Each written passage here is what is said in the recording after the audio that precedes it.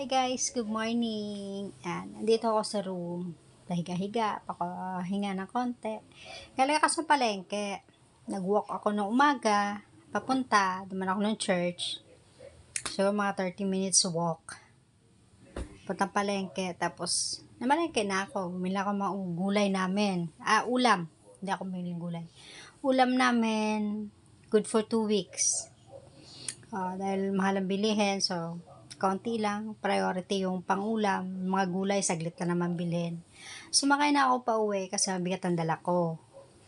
Ayun, kapag luto na ako ng tanghalian, gusto ng asawa ko yung parang giniling siya, nilagyan ng carrots at saka ng patatas. Kasi ginagawa niya sisig, so lalagyan niya chicharon.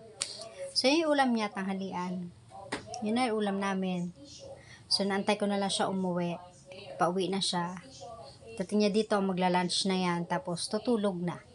Mamaya ulit ang pasok niya 12:00 ng hating gabi. So yun, naikwento ko lang.